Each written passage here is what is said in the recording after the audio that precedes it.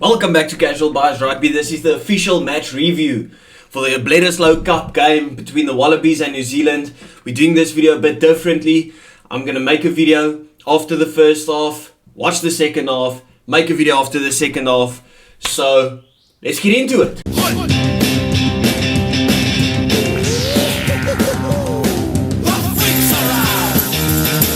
So the first half has just finished, and my oh my, it's been an absolute slaughter fest out there. One of the best first halves that I've seen, or best halves of rugby that I've seen in a long time. Currently, New Zealand up 7-19, and I mean, it just looks like they're running away with it a bit.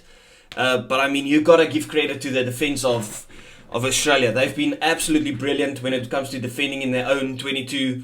They've won so many ruck penalties, slowed that ball down for New Zealand, but New Zealand has been disciplined. They scored their final try after about 21 phases, which is just ridiculous.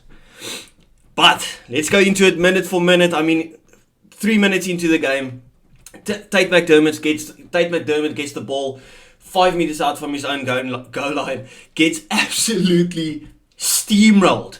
He saw the inside of his guts there. Steamrolled by Scott Barrett, and literally Shannon Frizzell gets the easiest try he'll score in his life to make it 5-0 to New Zealand. Mwanga goes on to miss the penalty, but I mean, just that tackle alone, that will be on the internet forever. People will be talking about it this whole week to come. Literally, he just blended in with the ground. He got absolutely smoked, like truly. But then moving on to the 7th minute, we got some magic from Mark Navakatirane, or how do you pronounce it? Navakatitavase. I apologize. I'm struggling so much to say this name. I mean, no disrespect, but a brilliant line break from him to get the Aussies into the 22 of the All Blacks. At first, they just work it forward. Tate McDermott has a quick snipe. Maybe think he could have scored there. Gets held short. Ball moves out, under the try line goes Valentini, but at first they didn't award the try. They just said play on. Sorry, I just kicked the shit out of my bin.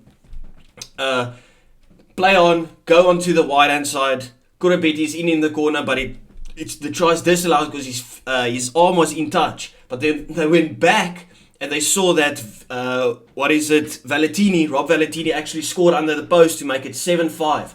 And at this point, in that 7 minutes, it's probably the best first 10 minutes you'll see of rugby. Competitive from start to finish, big hits, good running, good play with the ball, competitive kicks. I mean, it's just brilliant. You just love to see it. I mean, so that's 7-5 after 7 minutes. The next points should have come in the 14th minute, where the Wallabies win a penalty in a breakdown about 30 meters out. And yeah, Carter Gordon goes on and misses it to keep it at 7-5. And I think that's a big point in the game, to make it 10-5 for the Wallabies playing at home. Gives you a lot of confidence going in, but I mean, can't hit them all, but that was straight in front. He'll be hard on himself for that.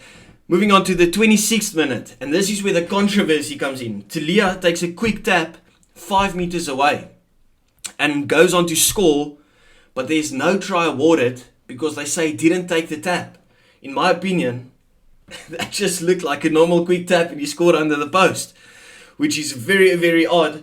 But leading up to that quick tap, it was after some disciplined attacking, keeping their ball, great defending from the Wallabies to be fair, but a cynical penalty from Kurabeti, playing the ball from an offside position in a dangerous area, gets him sent off.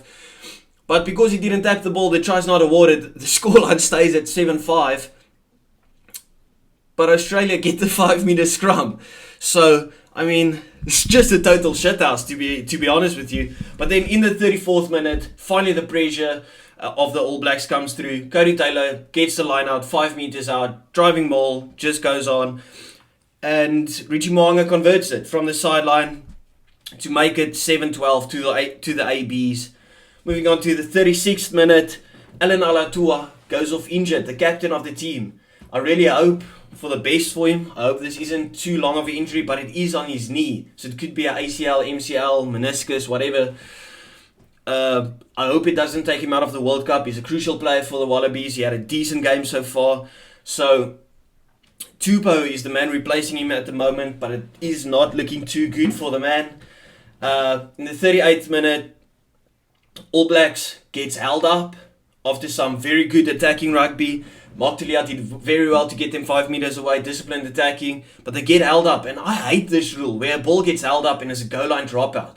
I want that rule of the 5 meter scrum again. You can't just give the other team a ball and get it. It's like a get out of jail free card. I mean, that's just my opinion. But after that, All Blacks just work their way back upfield. Will Jordan gets the ball out wide, scores in the corner. The guy is inevitable. He just scores in every single game. It's actually scary. And then, of course, Richie Mo'unga, the best 10 in the world, just goes and slots one straight through the middle from the corner, which makes it 7-19 for the ABs. So it looks like they're running away with the game at the moment. Australia was very good at the start. I don't know. I just think it's that consistent pressure from the All Blacks that made them crumble a bit here to the end. But I mean, the game's not over. Australia look very dangerous with the ball in hand, but at the moment they don't even have a lot of the ball. So the subs are going to be very, very crucial for both teams. Getting Nick White and Quade Cooper into the game, because I don't feel Carter Gordon maybe has had his best game so far. I know he knocked the ball, but it was backwards at the end, a couple of shaky kicks. Even after the try before the try was scored, he had a 50 meter, or after the Cody Taylor try was scored, he had a restart and he didn't even go the 10 meters. The guy's struggling a bit, so Quade Cooper, maybe this is the game for him to come in. Yeah, let me know what you think about the first half. About to go watch the second half. See you just now. Just finished the second half. It feels like we are back in the WWE era of ruthless aggression. That was... I mean, I don't even think the Wallabies were bad. Like in that first couple of minutes in the second half, the Wallabies were great. It's just attack after attack after attack. And then the AB's defense just like completely shut it down 5 meters away. I mean, I made my notes here. 48 minutes in, after great work from the Wallabies, Adi Savia just does what Adi Savia does. 5 meters away, wins the penalty from the breakdown, gets the steal. And I mean, I just stopped writing it down because it was like I was writing the same thing all over every time. It was crazy. The defense was immaculate, and then literally the first attack that the ABs get in the 59th minute, 20 minutes after the second half kicked off, the ABs going to score through Caleb Clark, and I think it was like his first touch of the ball. It just shows you what discipline in defense does for you. Literally get the ball, and it's just clinical. Go up, get their line out. I think it was from a line out or whatever. Just move after move after move, and then Caleb Clark just takes the ball out of the right, pops over, and then of course Richie Mo'unga converts to make it 7-26. And I think that was just almost a nail in the coffin, because it's 20 minutes of pressure from the Wallabies. The ABs just shows their discipline and goes to the other end of the field and scores on their first attack. In the 64th minute, Mark Talia scores in the corner. I mean, the All Blacks at this point it just feels like they're unstoppable. Mark Talia has had a brilliant game throughout. Deserved his try in the first half. Disallowed, in my opinion. Should have been allowed. But anyway, I think this was when Tupou had his yellow card as well. I mean, that guy was just struggling. I don't know why he wasn't taken off earlier. Goes on to get a yellow card for a no-arms tackle. Shoulder to the head. Gets reviewed. And the ABs just go and score again. And Talia deserved that. Richie Mo'unga actually missed this one to make it 7-31 for the ABs. Then, literally, straight from the kickoff, again, the All Blacks goes about 400 meters to score through Rico Ioane. Mark Talia again gets the ball, one-on-one with Korobetti, leaves him for dead. Literally just left him for dead. And then just gets the final offload to assist the try for Rico Ioane to go in.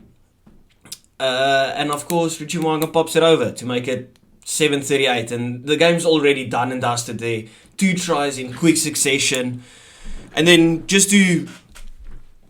that was the final score as well. 74 minutes in, literally the Wallabies finally get another attack.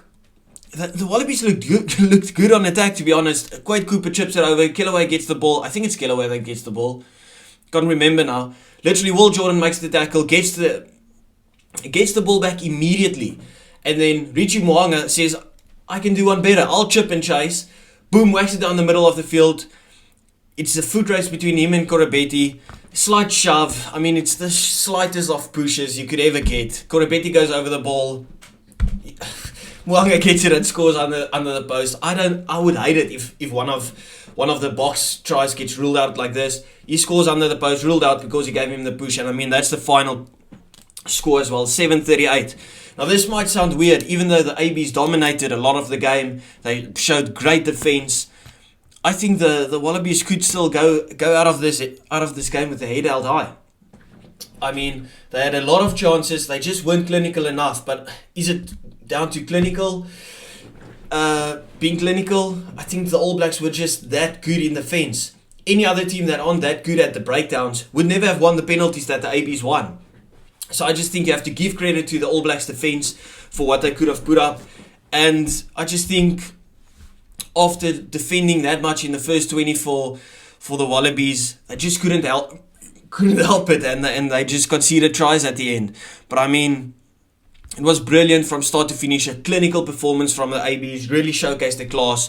You can't go away from this game by saying anything else rather than just they were brilliant. They deserved the win. Winners of the Rugby Championship, winners of the Bledisloe Cup again. I know they're playing next week again, but I mean, I don't think it's for the Bledisloe. So, yeah. I mean, this All Black side is scary.